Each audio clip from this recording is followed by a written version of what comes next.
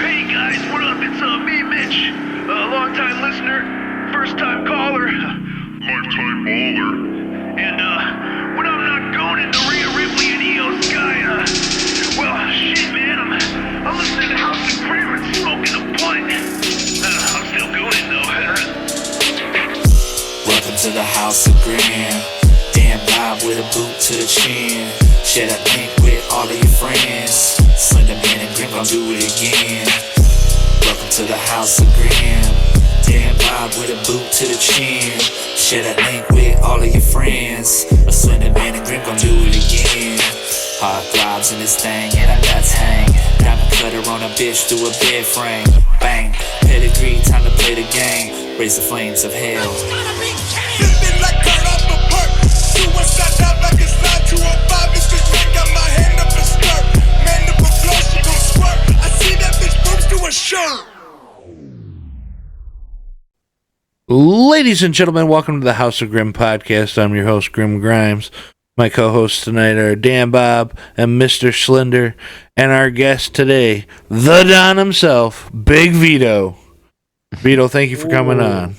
What is going on, people? How is everybody out there? I know everybody's drinking some Dago juice. Everybody's having a great time. JCW is on the rise, and you got the Don here with these great gentlemen who have a great setup, I got to tell you. Thanks. And I was very privileged to be with them. Just so everybody knows, being the Don, you attain some greatness and some fearlessness, and you're bulletproof. But when you get stuck on an airline for 20 hours, you come home with a cold, the sniffles, kind of takes you over. So this interview with these gentlemen, I have to tell you, they've been very gracious and patient with me. And this not only struck me to where I got the going around virus, but my wife caught it, and then both of us were getting over it. And these guys thought the worst of me. No. Never. No. This is true stuff, guys. Because right. and for the fans out there who understand stuff, you hear a lot of things about wrestlers. You take money from people and do stuff. I was never, ever, ever like that. And, I told the guys, and they thought, oh, man, how can it be? I said, no, guys. I said, we're legit sick. And everybody knows my wife has been sick for the last 11 years that we're married. And she's, when she gets something, not only because she's, handicapped and like all that stuff, but when she gets a cold or something, it's like really bad. Yeah. But everybody's good in the house. I hope everybody had a great Thanksgiving out there. I want to thank everybody for tuning in to JCW Wrestling. It is the biggest and baddest wrestling going on today with Vince Russo and Violent J. Everybody has been loving the concept, and these gentlemen right here, okay? We're going to rename this the House of Pain, yo. Yeah. But these gentlemen have been very patient. I know they've been anxious. Guys, I just had my Rottweiler come in. All right, Dolly, everything's good. All right. All right, so if you guys have, I know you're ready. I know you're dying. Let's entertain the fans. Let's give them something good. Guys, I hope you give these guys a bunch of likes. Subscribe to their channel. Subscribe to their stuff. They're the ones who bringing me here. Thank you very much. Take it away, my brother. Thank you, Vito. Yeah, thanks. Yeah, thank you. First question for you. Talking about JCW and Violent J. I seen online that Vince Russo compared Violent J to Vince McMahon in the way that he is running stuff. Right. Would you make that same comparison? Okay, guys. Now, everybody knows I've been to all the major federations throughout the world. Okay? Oh, yeah. We're talking about not only in the United States, but Japan, overseas, everything. You're talking about all Japan, Giant Bobby. You're talking about Puerto Rico, Carlos Colon, San Domingo, Jack Veneno. Memphis territory with Jerry Lawler. You're talking about the old days when I started in WWF, when Vince Senior was coming out and Vince Jr. was coming in. And throughout everything, the one thing that everybody always knew, and they say, how do you compare success? Success is knowing that there's one boss, one way. This is my company. This is the way we do things. Now, with Violent J, there is one boss. He treats everybody very well. When you go to the show, you have food. When you go there, there are no egos in the locker room. And this is like the very first time for Vince and I to come into a situation where, we've been boys for 35 years and like we've been to a lot of different places and you deal with a bunch of different egos. But when you come here, it's easy going. Everybody know Jay is the boss, but he doesn't have to advocate it. Everybody knows, hey, this is Violent J, this is ICP, this is how we do things. And it's a very relaxed thing. So, like, one boss, one way to do things, this is the way you make success.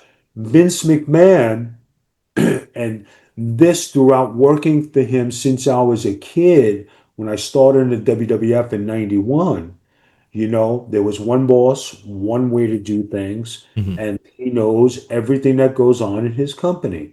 And this is a great thing because, of course, you have the guys who are underneath, and everybody tries to block the way to the boss. But in the end, we know who the boss is. And this is where everybody gets a bad taste in their mouth from the wrestling business because you have to go through all these underbosses, like in the mob, and everybody thinks they have this power and this power and this power. But when you go and talk to the boss, you're like, I had to deal with all this bullshit on the bottom and coming to you and you're telling me this. And I wish it would have been like, a direct one on one. But if there's a direct one on one, everybody in the company would be up his ass. And then you could never get in his office. You know what I Right. mean? So if you That's have true. 200 employees are going to want to talk to you exclusively. And that's what Vince meant because we know that Jay is the boss, respectfully. I have a lot of respect for him and ICP. These guys have been doing this for 30 plus years. Mm-hmm. Okay. They've been repping themselves. They not only have been wrestlers, but on the music industry, in the hip hop, rap, and what they're doing, these guys are still doing it. And when I went to my first ICP concert, I was like, shit, this is my music. This is how I used to jam back in the day. This is what when I used to go to clubs all the time, and I used to stand there and they said, Vito, why are you standing here up on the wall at 2 o'clock in the morning at the underground? Because I want to just sip my wine, jam to my old beats, and just, enjoy the music. And there were chicks and ladies who wanted to come and talk to me. I didn't want to know nobody from 2 to 4 a.m. Leave me alone. I just want to jam and just hit my music. You know what I mean? Hmm. If you didn't catch me in the earlier clubs, because I used to go to 3 or 4 clubs a night, and my last stop was the hip hop club. Or if I hit the blues club, that used to be down the street when I used to live in Tampa, Hmm. and that was at 2 in the morning till 4. And I used to walk in, hey Vito baby, how are you doing tonight? And I just say, I'm all good. You got any muddy waters for me? And he used to play some of the baddest blues that you ever heard. You know Oh what I yeah. mean? So kudos to Violent J and ICP. And I already talked to Jay about it, and I said, I got much respect for you guys. You did this on your own. You're a one man show. You don't need nobody, and they don't have to answer to nobody because they're their own bosses. Right. That's what makes it the coolest thing in the world. Oh yeah. See, I think it's so awesome that, see, like, I grew up on ICP. Man, like, I remember tripping on acid when I was a kid, going to one of their concerts, yeah, at St. Andrew's Hall, and I thought Violent J was Jesus Christ, bro. And so being a juggalo, being raised around that stuff, all family and friends, love them, to now that they're trying to try something a little different, you know. Some juggalos say, like, Why do they want to try and go like mainstream? And it's not really that. It seems like they're trying to really progress their company and make this company really sit on top like it should. You know, it's more for not just juggalos. Everybody needs to see a part of the lunacy show. You know, like it's so awesome and spectacular for a wrestling product that I feel like it needs to be seen by more eyes than just juggalos. And I'm a juggalo myself, you know? Now, you talk about, now, this is like something I learned, you know, and let's compare things to the Juggalo lifestyle. Now, everybody comes in, they have their clown face on, and what's the main thing they want to do? They want to be happy and be themselves, right? Right. Just be So, themselves. I mean, hey, that's cool, right? And then when I'll bring this up because, like, it has been like, advocated, having a gay lifestyle. Now, I'm not saying anything bad, and this is really some concrete, real life stuff. Right. Okay. So when I went to my first club, a gay nightclub, I went with two girls who were partners. Okay. Hey, Vito, you want to try something new? And I used to hang out with these chicks every night in the clubs. I said, what are you talking about? You want to go to a different club? And I said, all right, I'll try it out. He says, you'll have the best time of your life. So what is the best thing about a gay lifestyle, right? The drinks are good, the music is great, and you have a good time, right? Not to say that Juggalo lifestyle is gay, Right. but I know what you're saying. and if you really, really look up the word gay, gay means happiness, For being sure. great, being fulfilled. But when you go to that lifestyle, right, and you look at it, everybody just wants to be themselves and have a good time. Being a juggalo, right, and I didn't know what it was until I actually was there. All these people want to be sprayed by Dago juice. No, we'll say, we'll give it props, right? We'll say, Fago juice, right? And they just want to feel alive and they want to feel the vibe of the ICP and they want to live that, they just want to be free just for the couple of hours at that concert. But then when they go home, they got to take off their face paint, put it in the drawer, and then, wait for the next concert. The same thing back then because, the gay lifestyle has evolved so immensely. Now everybody's out of the closet, everybody could be free, Right. right? And the whole thing is being free, being happy, being something that's, you feel inside of you. Now, everybody out there, and I'm directing this to every single person who watches this show and who might write, be shared in it, tagged in it, you know, everybody inside their bodies wants to feel free about something. And sometimes, or a lot of times, people get pulled back and they can't be themselves. An example, I know in the now you talk about my career. I started out as Skull Von Crush, then I went to Big Vito, or Vito the Skull Grasso, then Big Vito, then Big Vito went to the Don, right? This mean, ruthless, kick ass mofo. That's Vito, right? There's the other side of Vito. When I was under investigation by the federal government and WWE helped me get out of some trouble, and I wore the dress. But then you saw a happiness, a smile, me being free. And people said, what the hell happened to you? Hmm. My own family, and this is a shoot. I swear to God, it's a shoot. My own family thought I lost my mind. They said, you lost your girlfriend. You friggin' moved to Florida. You're wearing a dress. You're doing this. You're doing that. And this is from an Italian family. And my brother, who was the one who was corresponding with, I said, hey, he's living his life and living his dream. He's doing a job. I says, what the hell do you care what he's doing? Yeah, but he was tough and he was this and he could fight. Vito was still all these things, but they forget when I was a little boy, I was the happiest and smilingest little kid you ever seen. I was full of love. I loved basketball. I loved just to be out there playing ball. I was happy. My mother, she helped me be the athlete that I am. My father helped me be the tough son of a bitch that I am.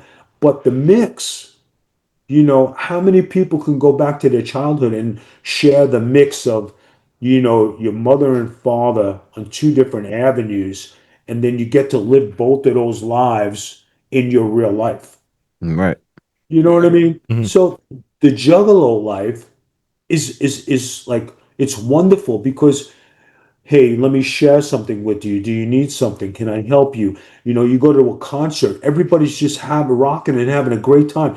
They don't give a shit what's going on in your house. They just want to have a good time. For the couple of hours that you're free, you have no problems, no bills, no nothing. It's just like when I say the ring is my sanctuary and I roll in there. Vito, you're here at 2 o'clock, 12 o'clock, and you're already in the ring, back in the day, you Mhm. know? And I said, well, this is my sanctuary, and this is where I feel free. I feel myself. Nobody could hurt me. Nobody bothers me. This is me. And when you step in here with me, I defend myself and I can do anything I want because, like, you can't friggin' tear me down. And that's what the Juggalo life is. When they enter that concert atmosphere, that's what it is. When people go to that nightclub, that's what it is. For those couple of hours, you be yourself. Just Right. like you guys on your podcast here, right? Mhm. Nobody tells you what to do. Nobody, does anything to disturb your vibe or how you want to, do your podcast. And you guys are repping out. You guys reached out to me. I said, yeah, I'll do it. No problem. I'm cool with you guys. No problem. And my wife handles all the social media. So she says, hey, these guys are, repping you on the internet and they would like to interview you. And I say, okay, cool. And we do it. And here we are today. And I see some great memorabilia on your wall. You know what I Thanks. mean? I see some cool stuff. I see you guys repping your stuff. Yeah, mine is yet to come. Don't worry, mine is yet to come. No, hold on a second. You're standing there empty. Right after this podcast, you're gonna have some real good shit on your That's wall. it. Oh yeah, oh yeah. Dude, I was shocked, to reach out to you, bro, because you're a big deal, man. I you Oh know, yeah. I went to WCW Monday Nitro. That's the first time I seen you in person, and I just like fell in love with your character, bro. I'm like, this is that guy. So when I seen that you were online, and matter of fact, actually, let me give a shout out to Robert, the promoter owner of Chaos Wrestling Organization. He actually reached out to me and sent me your email and all your credentials to reach out to you, and so shout out to Robert for that.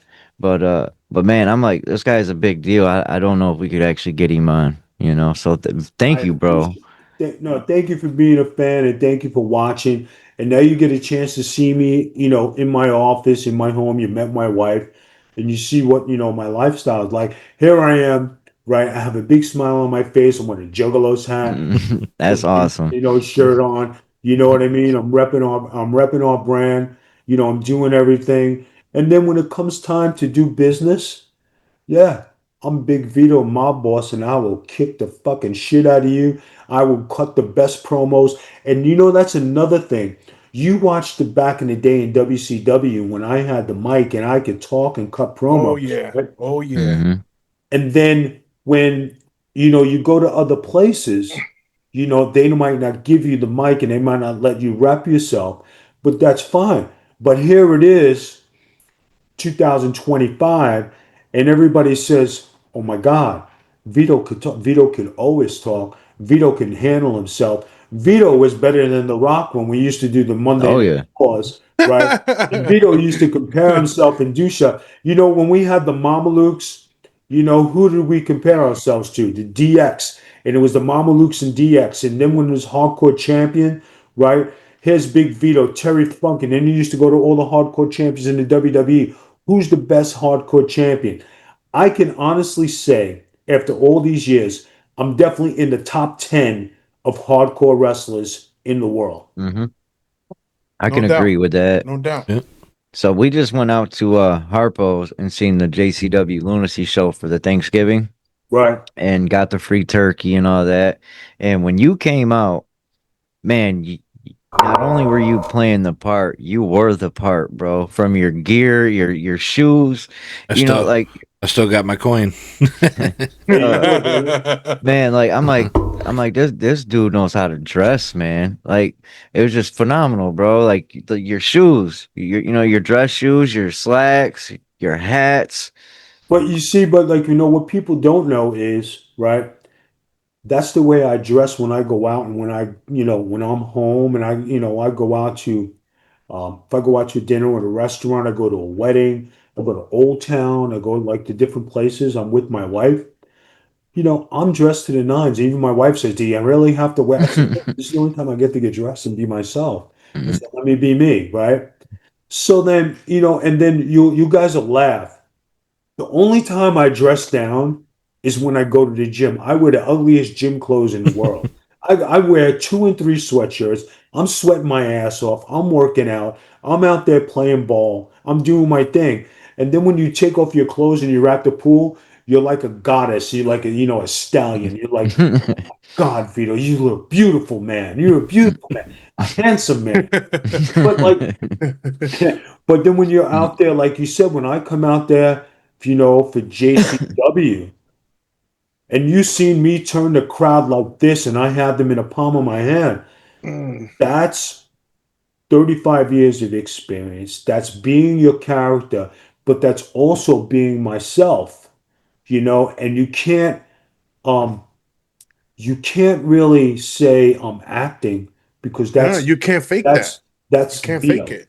Right. That's a part of Vito that's in there. And when you Yeah. talk about how I grew up, right? Everybody knows that my uncle is Lucky Luciano. If you guys didn't know, that's how I grew up. I lived that kind of lifestyle. I grew up that way. I worked before wrestling. I did those kind of things. I was in that kind of lifestyle. So it's not an act. It's not a bullshit. It's not like, well, you got a kayfabe or anything. It's real life talking. You know what I mean? And when everybody hears my verbiage and they like to hear me, you know, talk better than Tony Soprano on The Sopranos, and they said, well, Don Vito didn't say talk like this. That's because Don Vito wasn't a gangster in 2025. You know what I Right. mean? And this is the way it is today. But when you're talking about on a business level, when you sit down for a meeting, now whenever we talk about the meetings I've had on JCW, Big Vito rocks some meetings, I'm telling Oh you. yeah. But when you talk about going to a sit down and go to a meeting, you definitely in a suit and tie and it's toned down 100%. You're a businessman and you are a businessman through and through. Just like you guys do in your podcast, you guys want the best product to come on your show. You guys want to be represented. You try to have the best talent that'll represent your show. And here you are today with the hottest guy in wrestling, For the sure. Big Vito LaGrasso from JCW on your show. And you talk about credit. Credit is to you guys for reaching out, having the know-how to say, hey, would you like to come on our show? Yeah, we're cool. Let's do it. And now you guys are having a big smile on your Oh, face, dude. say, and then when you say you used to watch me in WCW, hey, that's from the days when wrestling was wrestling. And for all those people who buried a wrestling and buried Vince Russo, what do we go back and watch? We go back and watch the Attitude Era and we Hmm. watch WCW. Yep. See, And I was always wondering if you and Vince Russo were homies, man, were boys, because that's the vibe I got growing up watching you guys on TV, and then now to see you guys together in on Lunacy, bro. I'm like, man, they gotta be great friends. we have been boys for 35 years. So I'll tell you what, John, the way we became friends, and you guys will laugh at this, and you might not laugh, but you like talk about seriousness of wrestling. Vince wanted to get in the wrestling business. He wanted to be a manager, right? And he wanted to learn. So he came to Johnny Rod School, and I was training there. That was the same year. So Vince was on the fence, and if wrestling is real, wrestling is fake, like a lot of people who believe in wrestling and they sit there as a fan. So I'm training one day, and this was back in Gleason's gym in '91, and I was training, and I was a basketball player. I was going Division One. I was playing pro ball. I didn't give a shit about school. I was going. It didn't work out. I would try it out for the Olympic baseball team. That didn't work out. And I had tried. I was going to play semi-pro football. That didn't work out. I was an athlete looking for an outlet. Mhm. So I hooked up with Johnny Rods, and here I am doing my training. We're in Gleason's gym. The gym is packed. Johnny Rods, the students, the people on the bags, everybody. So here I am wrestling a guy who was a college wrestler, and he had some years on me, and he was keeping me on the mat, and I felt like I was being disrespected and I was being embarrassed. Right? So everybody's looking and just shaking their head. Well, I got frustrated and I said, enough of this fucking shit. I got up and I gave him a fucking slap that stopped the gym dead. Vince's face was like, fucking God. Nobody ever seen anything like that. Johnny Rods and the rest of the guys were ready to jump in. I just stood my ground like this, right? And the guy looked at me and he just stared at me. I got down on all fours. I finished my training. And that Vince wrote an article about how real wrestling was. From that day on, he believed, he says, no, it's not just, you know, TV and glitzing. You got to be a tough motherfucker to be in that ring and you got to be able to kick ass. And there have been a lot of guys, and that gentleman who did that to me, I trained with him for 2 years. When I went to Japan and I went to wrestle the best, I was prepared, and I always thank him. Thank you, Larry DeGarris, because, and I said it to him, and I told him after I came back from Old Japan, I said, if you could have seen me wrestle out there, you would have been so proud. Thank you, because you were on me. And the guys who were on me and took the time to train me, I thank all the time because they made me, they molded me, and I was coachable, and I listened and I practiced and I believed in the game. And Johnny always used to tell me, he said, Vito never got blown up. Vito never let nobody beat you. Vito never let nobody out wrestle you. I believed in those things. The thing he didn't school me on was the politics side, Right. right? Which the other guys got, but I was so gung ho on being this stout, kick ass wrestler that I wanted to whoop your ass, and I didn't give a shit who you were, where you came from, right? That's how I pinned Mizawa in Old Japan. He was a guy in green trunks. I didn't know anything with Old Japan Battle Royal, right? And here I am, and I said, this motherfucker is laughing at me. I didn't appreciate it. I seriously got mad, right? And all they said, Vito, all you got to do is pin somebody in the middle. So finally I go back in the middle. Baba pushes this guy with green trunks. I was bing, bing, bing, stunner, hook, cover, 1, 2, 3. Everybody went wild. And then I'm in the main event, semi-main event, and my tag partners were Steve Williams and Gary Albright against Kabashi, Amore, and uh, Nawa, Kazawa. Right. And here I am going toe to toe with the biggest hit guy in Japan, Kabashi, and he was up and coming. And we were going toe to toe. And they said, Vito, don't back down. Guy chopped me in the throat. Right. So I Oh man. backed up and I gave him a right hand to the fucking mouth. And the all you seen was chiclets. Right. So here it is. I take the suplex to go out. And I'm looking at him and I'm ready to go again. And he just nods at me like this. Respect out of the gate because I wasn't just a flash in the pan. I was there for business. Then I Right. was there for a month and I wrestled my ass off, right? And I didn't care who got in there with me. It was Johnny Ace. It was the best of the best. And I tried to out hustle, out wrestle everybody in there. I wanted to prove I was the best wrestler, and it wasn't the politics and it wasn't who your friends were. It was, I'm Vito LaGrasso and I want to make it here on my own. One of the guys who was influential in my career was Bret Hart. And I know I said some things about Bret Hart recently, and it was just out of frustration because I remember Bret Hart when I broke into business, Mhm. and he took the time to teach me, just like all the great superstars in the 90s who took the time to teach me. And I can't repay that knowledge and I can't repay that respect.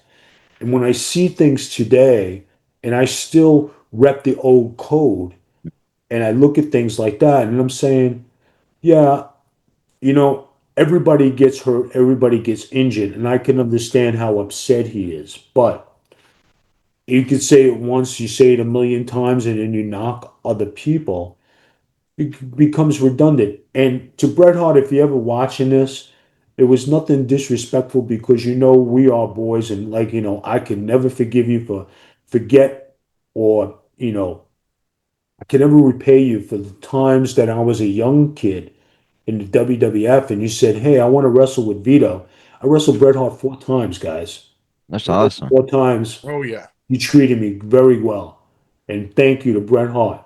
But here we are today, and I'm still out there going, Mhm. and I never forgot the old code. So to the guys out there who took the time, thank you because you made me. And here I am, I'm still repping the old code. And I can't, and you guys are appreciating it. The fans, the journalists who are doing the podcast, the people who used to watch me on Nitro, TNA, WWE, WWF, XWF, all the feds that I've been in, thank you for acknowledging it. And then it's an honor and a privilege that you guys still remember the great days of wrestling. Thank you. Oh yeah. Oh yeah. Um, I feel I'm like sorry. Oh, wrestling's hitting like another boom period. I something like really that. feel it.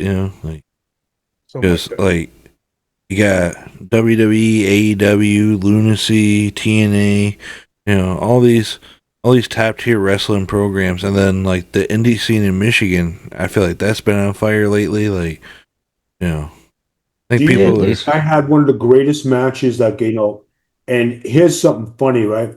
Kerry Morton wrestles with us Hmm. sometimes, right? Mhm. So I wrestled against the Rock and Roll Express when I was in Memphis, right? So here I am wrestling against the Rock and Roll Express in Memphis. And then I come to Michigan, and Michigan is known for the Sheik, Ed Farhat, right? Mhm. Yeah. So he ran a promotion there, and he brings me in. And who is my tag team partner? The Iron Sheik. So we go to have a match, and who are we wrestling? The Rock and Roll Express. Oh man. So here it is, Skull Von Crush, the Iron Sheik, against the Rock and Roll Express. You can and like when people say you wrestled, I said, yeah, I that was my tag team partner. The Sheik was always loved me. He says, Skull. He says, I want you to wear this and I want you to do this and he because he knew I was a wrestler and the Iron Sheik was a legit. I think he was a silver medalist or a gold medalist from the Olympics. He was a shoot Mhm. wrestler, Oh and he yeah. was a great wrestler in his day.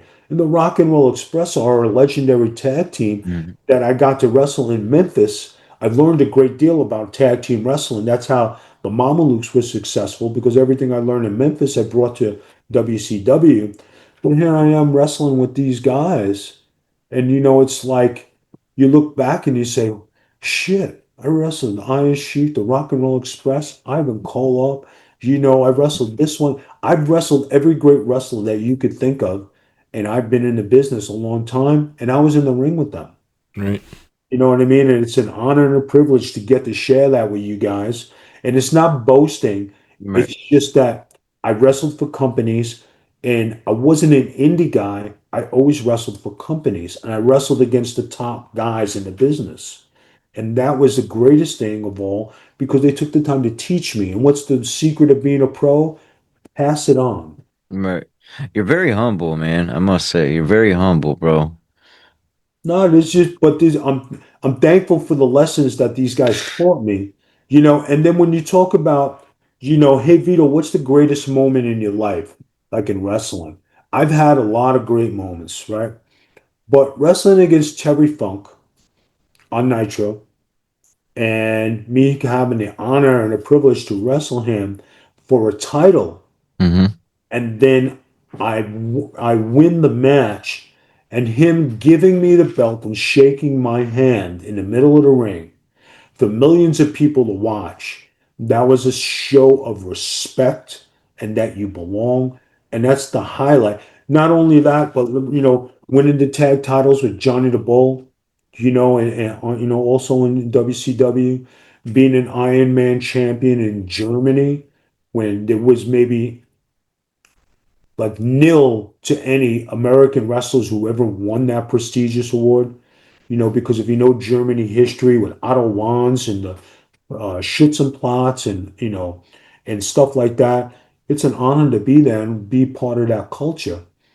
And then when you come, full circle and you talk about the greatest moments, I could never repay Terry Funk for what he did for me that night because after that night, guys, and this is a true story, we're all in the bar, and my buddy, Mean Gene Okerlund, right?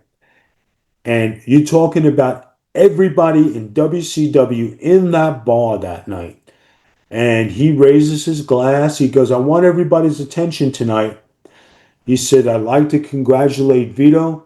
Vito, this is your coming out party. Congratulations. And everybody knew that Terry Funk doing that for me, he made me belong. And everybody from Flair to Hogan to everybody, Sting, Bill DeMott was there. And it was like, congratulations, Vito. What a humbling experience to have those guys at that time raise their glass to me, and that's something I can't forget. Right. That'd be a hell of a Absolutely moment. not. I mean, Absolutely not. Um, so now that you're in JCW, man, is there any talent there, any young up and coming superstars that you're maybe got your eye on, keeping under your wing, trying to help out a little bit? the great thing about JCW is I've been interacting with a lot of the young talent. And somebody put online, Vito's got a problem with everybody in there, but all those guys who I have a problem with, they're all getting prominent time because they're with me, Mm-hmm. right? So you know, they're getting, a 10 of 10 recognition for being in a promo, being in a ring, doing something with me. So, Big Vito and Big Vito and Big Vito and. So I've interacted with a good part of the roster. Mhm. And we've done TV tapings where you're going to see I've interacted with a lot of the roster. You talk about the zombies, right? Mm-hmm. I've been doing the zombie thing. You talk about Steve Flo, talk about cocaine, right? You talk about Jasmine St. Clair. You talk about the All Americans and the young lady with the blonde hair, right? You talk about the clowns. You talk about Jeff the Ref. You talk about Jeeves. yeah. So you talk about the Monster Corp coming up. You talk about all these guys that I'm interacting with, right? And people don't realize that I'm putting a star on everybody, right? Respectfully and not bragging, but me giving them the rub, them trying to come up. Whether they know what to do with the rub and how to acknowledge it, I can't teach them everything, but they're having a chance to shine during a promo or an interaction with me. And if they could do the job, then they'll be able to advance. If Right. they don't see that they got that spark with them, then they won't advance because they're not polished and they don't have the experience. So there's a difference. I'm sure I'll go through a whole bunch of other different, guys there. Even Violent J, you know, we've had a good back and forth and it's been really cool. And Jay was there when I was in WCW Mm-hmm. and he was there when I was in WWE, but his main shtick is the ICP and being a musician, being an artist, and wrestling helped him get there. But if you say, okay, Violent J wrestling or Violent J ICP, I'm going to take ICP all day. You know what I mean? Because Mhm. that's how they made their name. Right. The wrestling was an ingredient to their success. So, I mean, very cool. And my interactions with Jay have been like great, and they're real, and it's me not holding back. Listen, you fat fuck, you fucking douchebag, I'll crack your fucking head open, and I don't give a shit who the fuck you are. And that's the stuff you see in Casino, Mhm. you see in De Niro movies, you see in Goodfellas, you see in Scarface, you see in all, and those guys are acting. This is real life because I've actually, tried to throw somebody out a fucking window. And I've been in, when I was a bouncer, right? When I was a bouncer, I was 17 years old when I started. And there was a bouncer named Buddy Holiday. And he was like, all right, Vito, you're going to be over here, and this is your section. You don't let nobody fuck around. You don't let nobody touch a curtain. And if you do, you throw them the fuck out. I'm 17 years old. Here I am bouncing. So this guy's, acting a fool, doing this. And, all right, man, you got to get out of here. I'm a kid. So I'm trying to fucking get him out the door.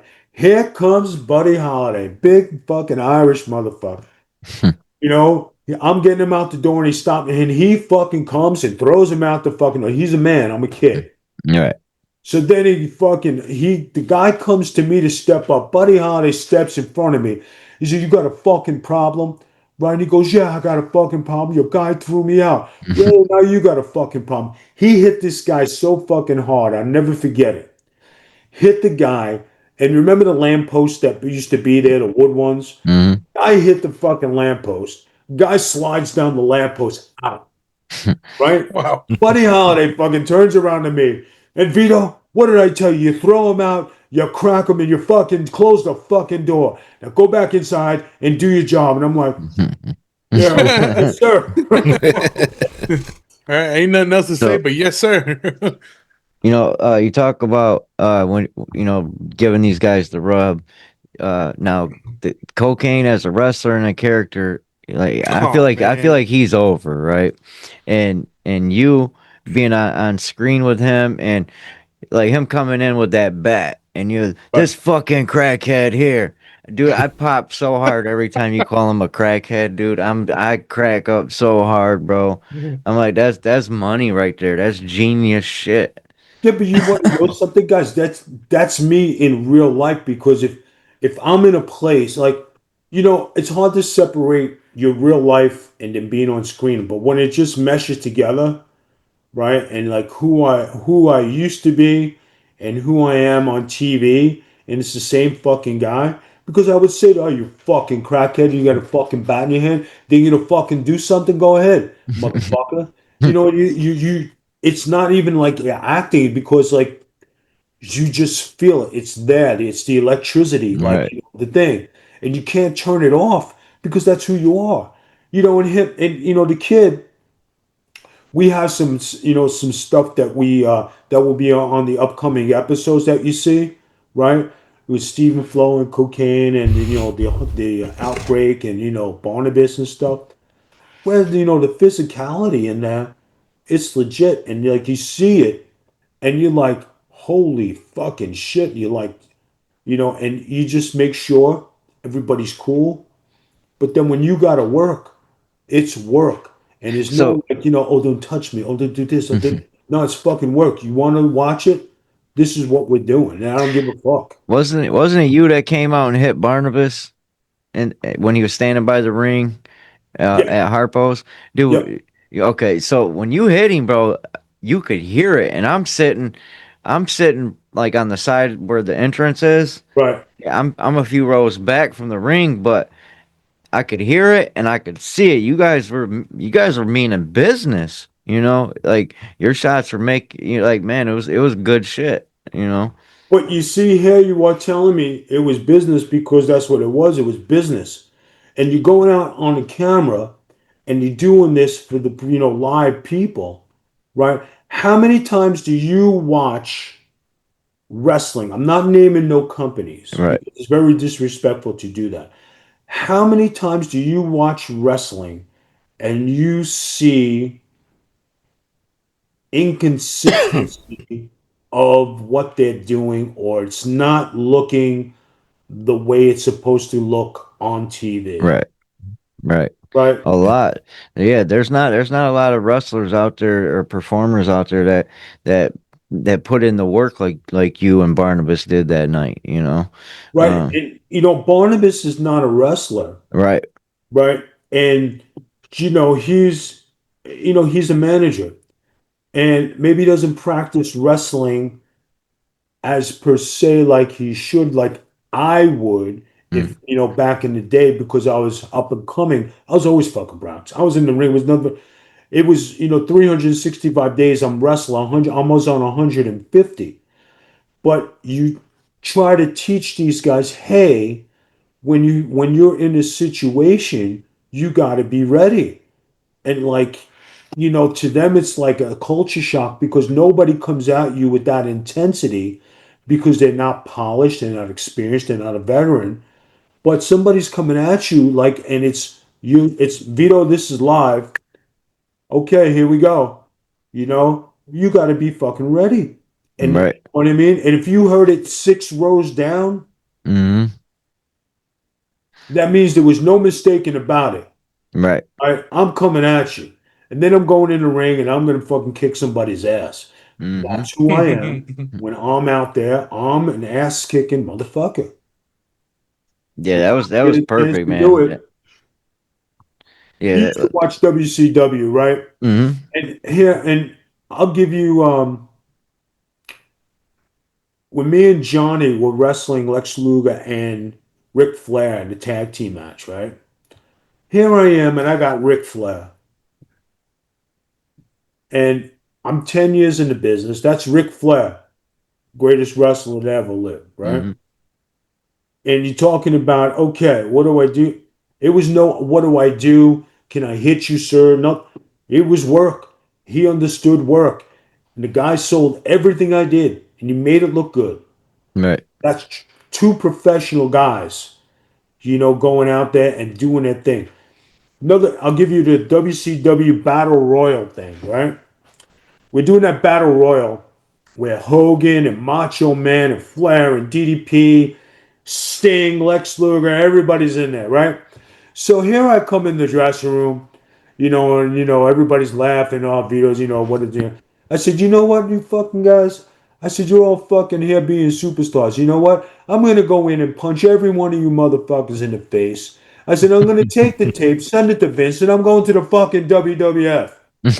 Yeah, Everybody fucking laughed at me, right? They thought it was the greatest thing in promo. Oh yeah, you're gonna fuck. What did I do when I got in that battle royal? yeah. I hit Punched Sting, I everybody. hit Luger, I fucking hit Hogan, I hit Flair, and they looked at me. They said, "You motherfucker!" I said, "I told you I was coming and doing it."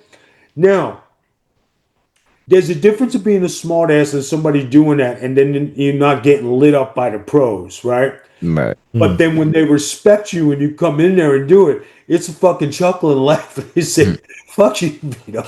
Fuck you, Right. man. Yeah, so dude, you're a good asset for JCW, man. You're a very good I asset to have. appreciate that. It's a pleasure to be there.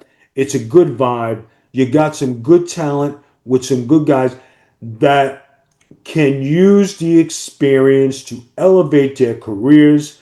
And when you have somebody who's willing to teach you and show you, that's the benefit of wrestling with a veteran. Right.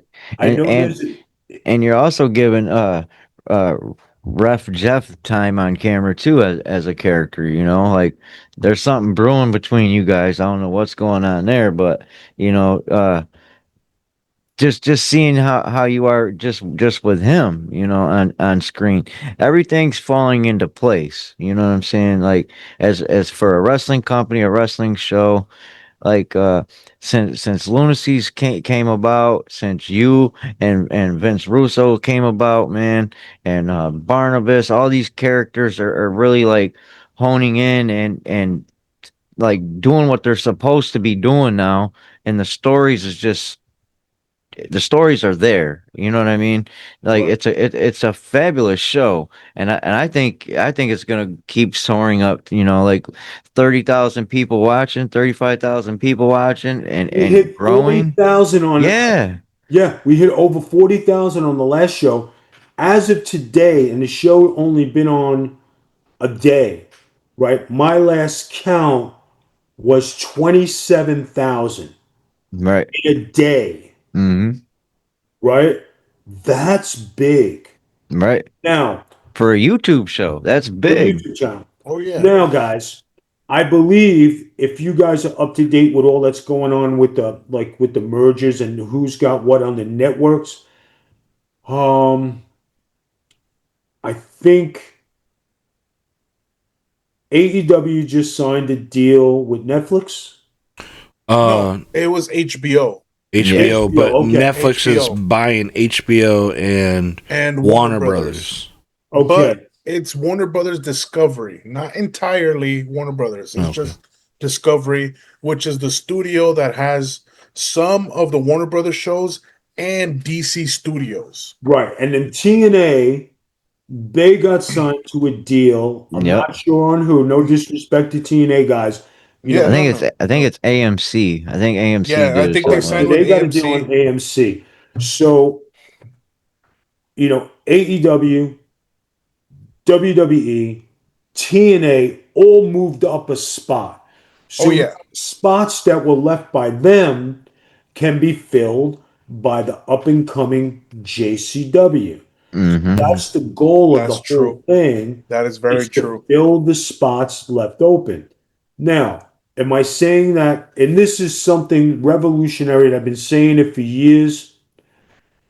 You can't duplicate the WWE or the Right. WWF, right? Everybody says, "Yeah, my product."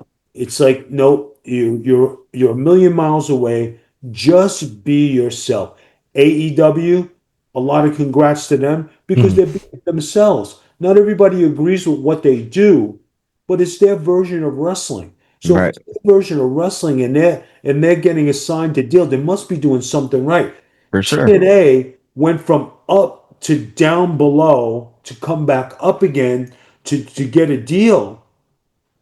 That's huge for them. Congratulations to everybody, right? Yep. Right. Now then you look at Billy Corrigan with NWA. I believe they have some kind of deal. I'm not sure because I'm not astute to what they do, but I know they have some kind of deal, right? Right.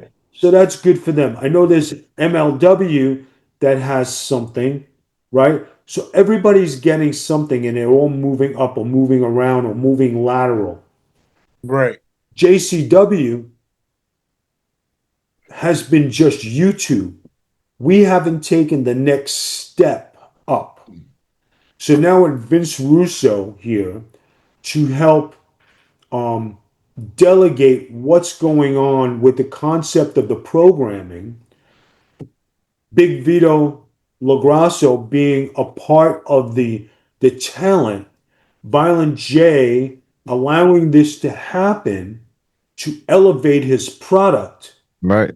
Now you have something that's concrete and something that's on the rise. Everybody knows it, everybody's watching it. And if you think the big companies aren't watching, Oh, they're watching. take it. They're They know what's going on. They see it.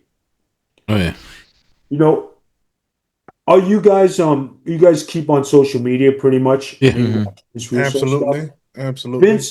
Vince put out something the other day, and it was the truth. And this is not crapping on anybody's stuff. He says we're up 300% on our viewers and live chat, which the live chat room is blowing up week after Oh week, yeah. right? And not one of the dirt sheets is keeping any score or giving us any press. Right. So when Vince went on, Ariel Hawani. yep, right, and Hannibal. Thank you to Hannibal because Mm-hmm. that guy out there, he's been putting every clip of me up on his stuff. He's been putting JCW on the board. Thank you very much. I'm giving you the plug back because you're doing good. Thank you. I appreciate it. You know, and all the guys who are putting us over. It's not everybody, but everybody's sitting tight because maybe they don't want to piss off their deal with who they have a deal with. But Dude, when I seen Violent J on Conrad Thompson's show, I right, was like, holy shit, you know. Um, but yeah, not everybody is reporting on it, man. That the dirt sheets, like Meltzer and them, like nobody's really, talking about it. A few plugs here and there were spoke about, like Vince Russo back writing, but other than that, nothing was really spoke about. And that guy, he don't get the credit where it's due, man. He knows how to write a show. And for some reason he's been the scapegoat on for a lot of people, a lot of shit. But I think he's a great dude, man, as far as like his storytelling ability and things like that. I actually just sent him an email, and he actually responded back. Might possibly get him on our show, man. And that's gonna be awesome to be able to talk to him like we're talking to you. Guys, it's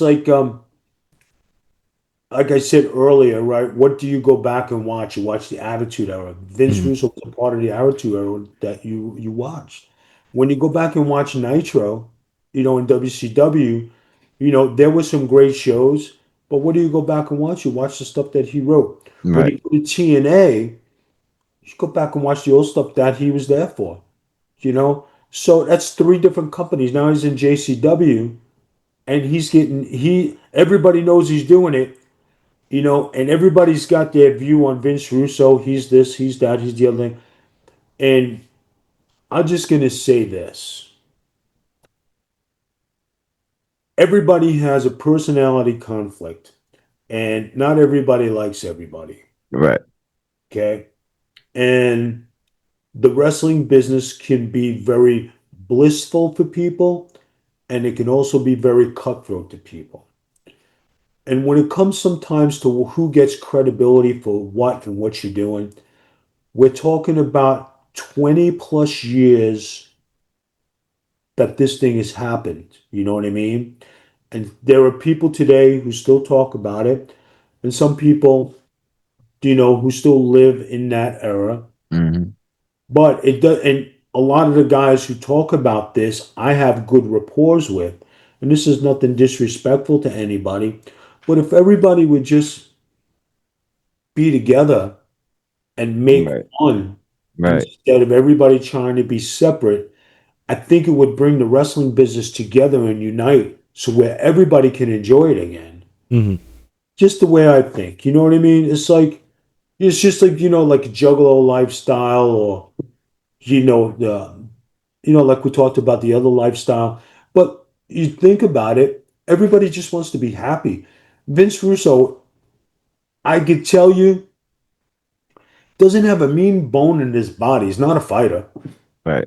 You know what I mean? He's just a creative, articulate person, and he's a family man, and he's got a good-hearted person. Now, anybody you could say he's mean, he's rotten, he's this, he's that, you're a liar, you're that. Everybody could say that about everybody. I'm sure there are people who don't like me for whatever reason, With my fucking bubbly's personality. Are you fucking kidding me? Come to one of my meetings. You'll have a great time. But, Uh, Nah, there's no everybody's way got anybody something. can't like the Don. You know what I'm saying? They Yeah. you capiche, and you know what, you can't like the Don. You got Right, and you want to know what's funny? Everybody says my meeting, so that's the thing. Come to my meeting. You don't see me stealing shit from Sopranos. Gobble gobble. How about the fucking gobble gobble?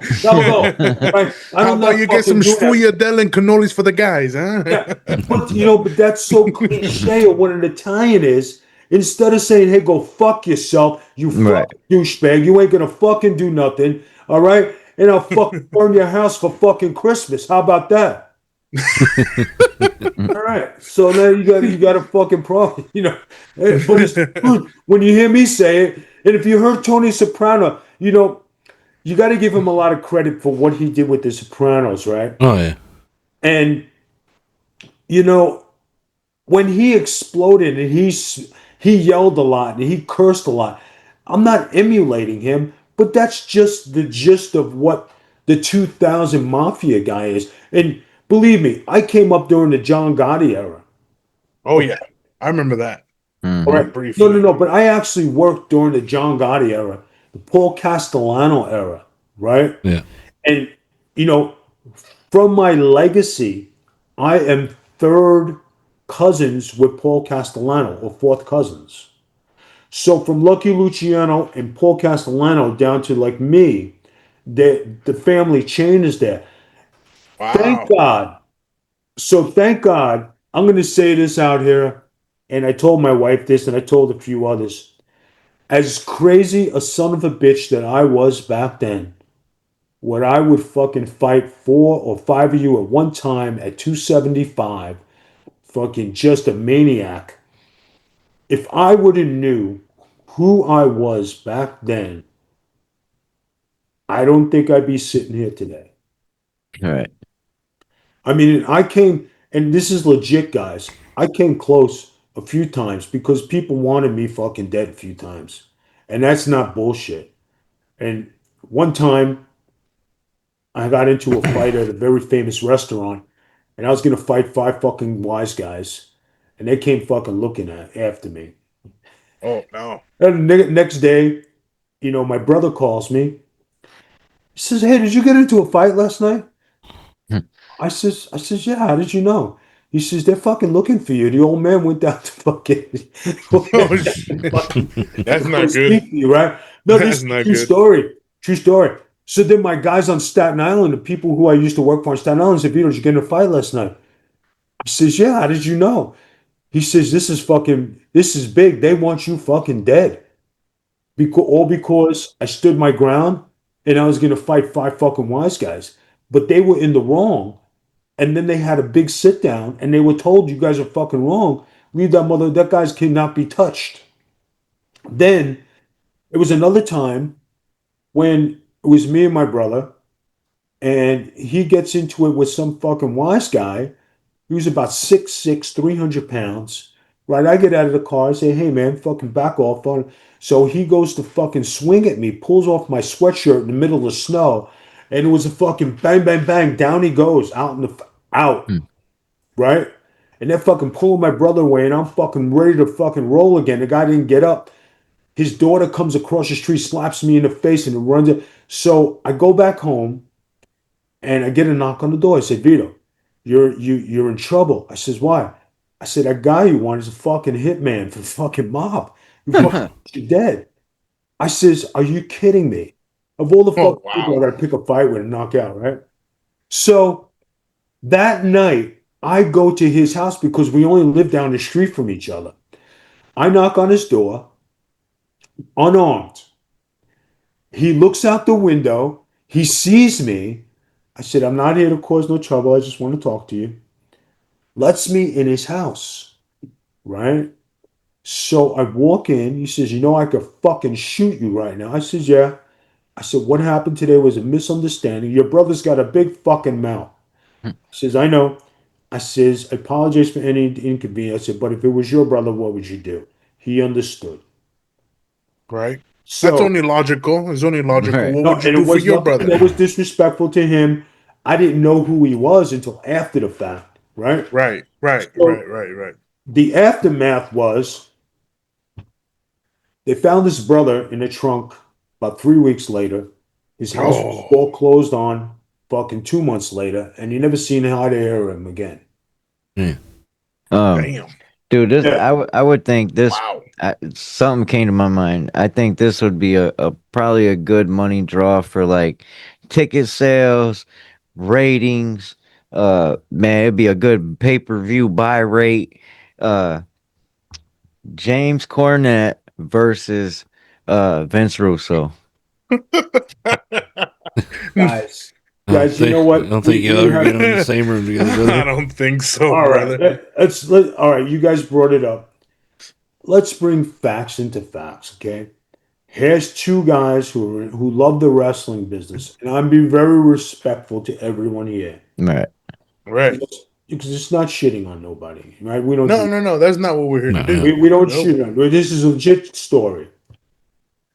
You have two guys in their 50s, right? Or 60s now, and they dislike each other. They still talk about each other, right? Or Mhm. Vince doesn't talk about him, Yeah. Right. still talks about him, right? Oh yeah. Vince seems more respectable. You know what I'm saying?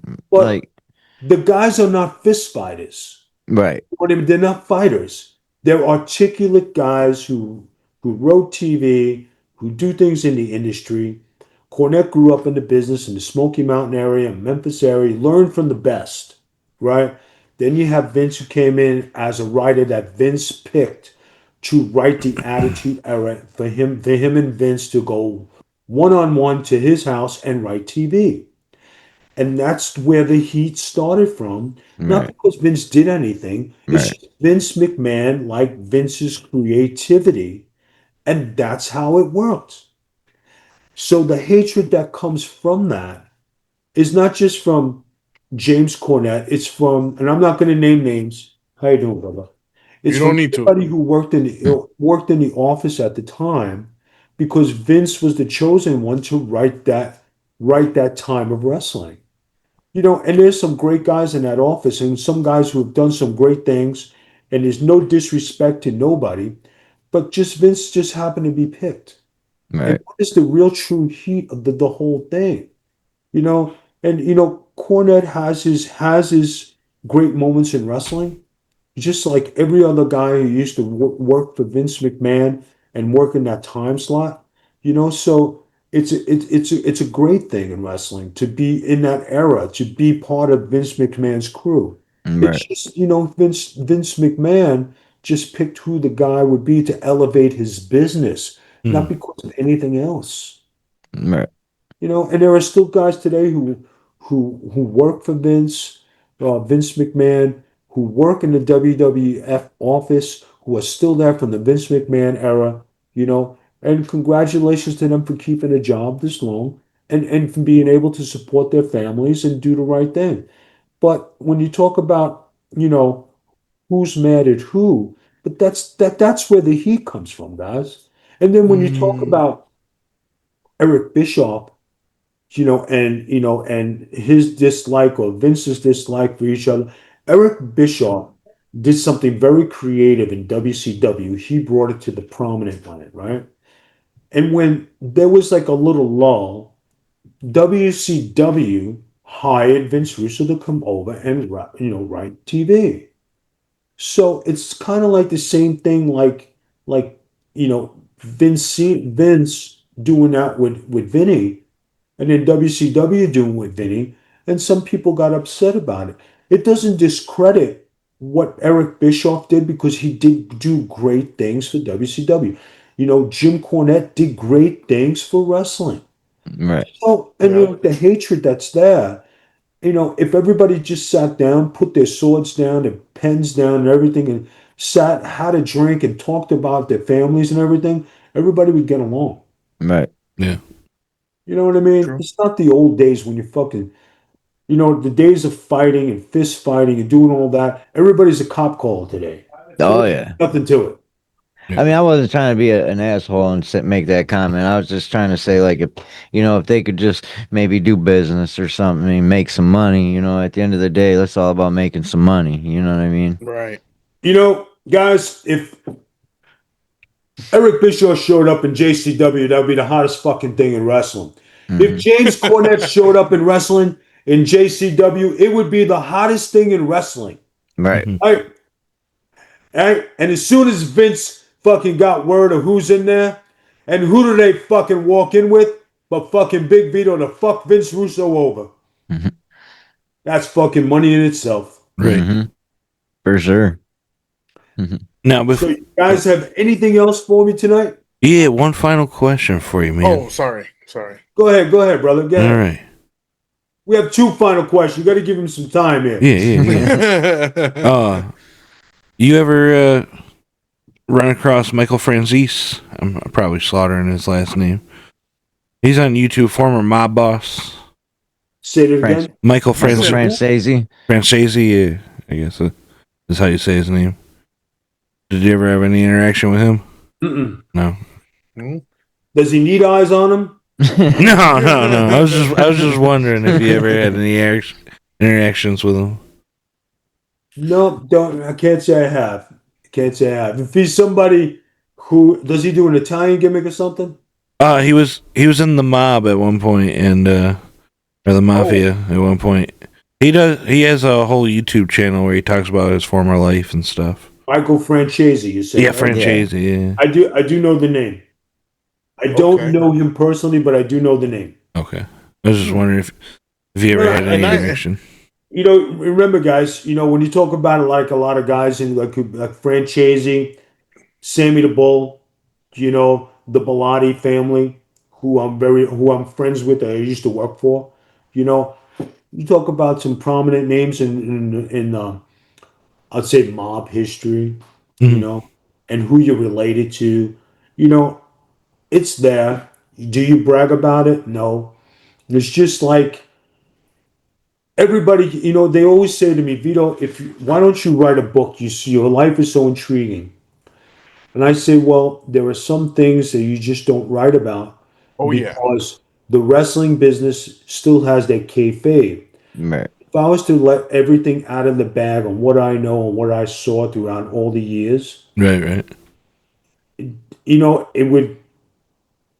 it wouldn't be nice. And you know what? And I was brought up through the code. What happens in the locker room stays in the locker room. What happens in wrestling stays in wrestling. Ah. It is just like Italian history, Mm, right? Whatever you see on the street and whatever you know of, you take it to the grave. You don't publicize it.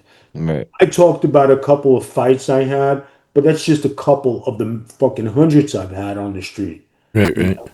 And you talk about how, hey, did I have somebody wanting to fucking have me dead? Yeah. But thank God I was just in the right place at the right time with the right people and nothing happened. But my whole family, when you talk about the history of Vito LaGrasso's family, we're always connected. So it's just one of those things that you don't talk about, you don't publicize because it's private business. Gotcha. You know what I And mean? it's also disrespectful.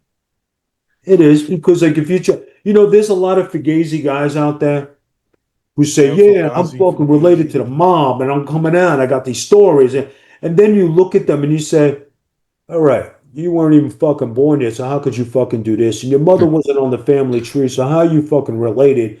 And then when you contact the guy, this is a true story. When you contact the guy to get a fucking statement, hey, who the fuck are you related to? They fucking block you and fucking don't talk to you.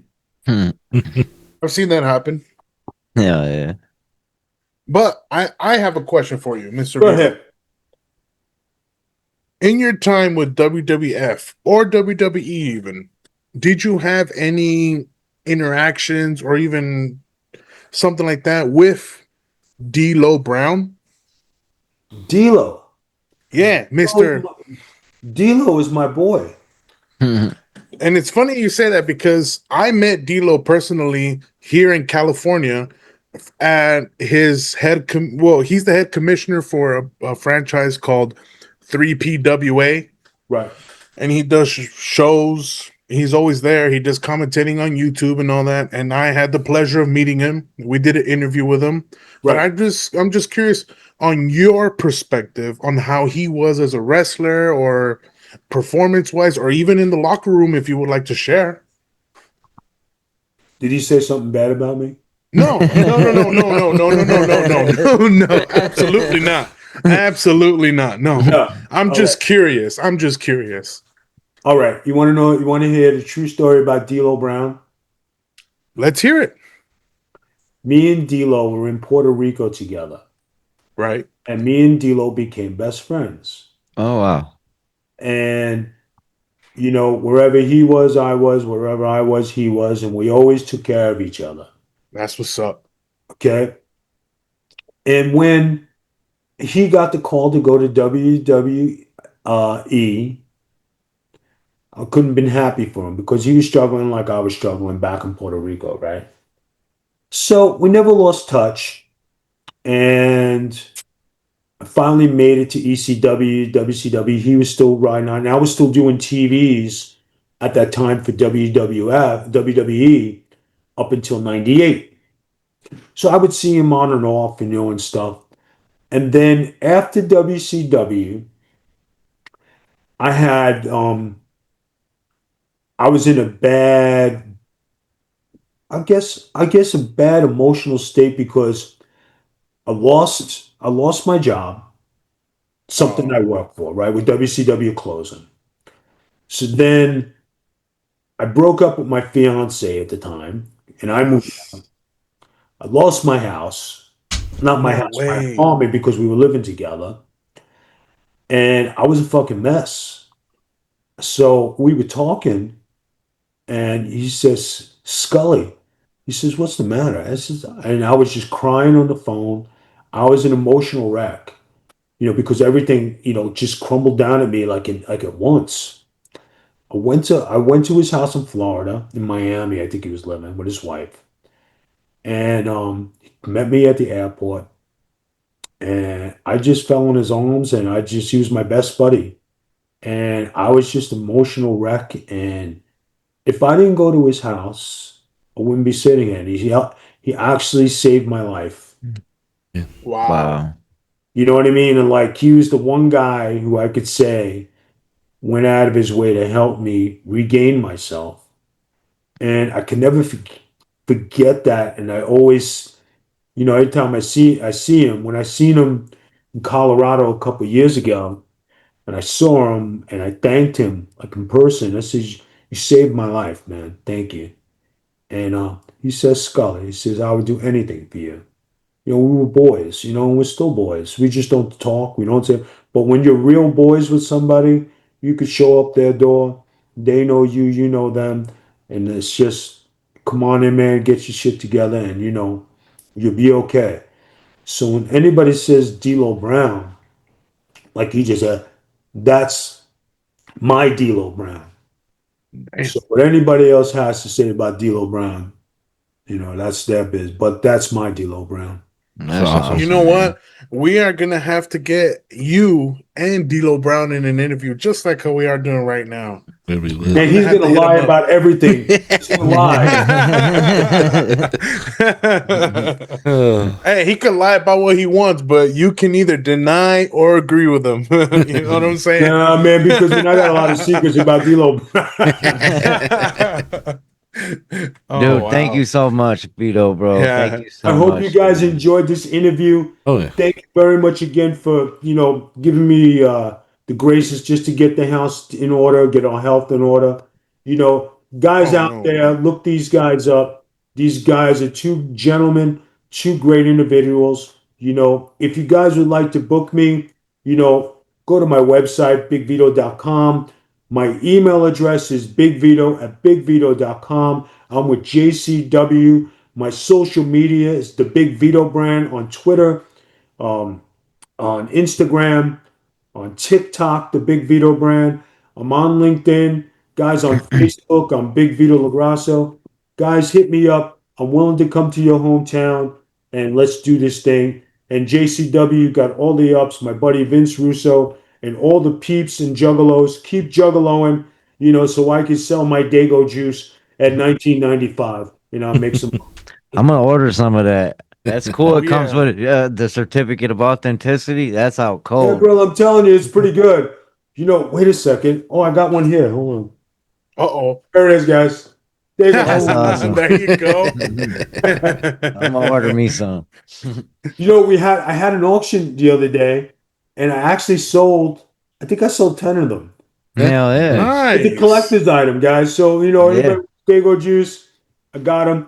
You know what I mean? Keep an eye out for my auctions. I'm always trying to sell something, right? Here's a hat that the zombies messed up. My mafia hat, right? That's on sale. But But thank you Hell again, yeah. guys, for having me on. Please check out my credentials. I'm sure these guys will put it in the other. And check these Oh guys yeah, out. for sure. Real Oh gentlemen, yeah. thank you very much for having me. Yeah, thank you for Thanks for coming on. Thank thanks you, for being sir. here, brother. Thank you. You the man, Vito. Thank you Peace. very much. Peace out, guys. Peace out. Peace. Mhm.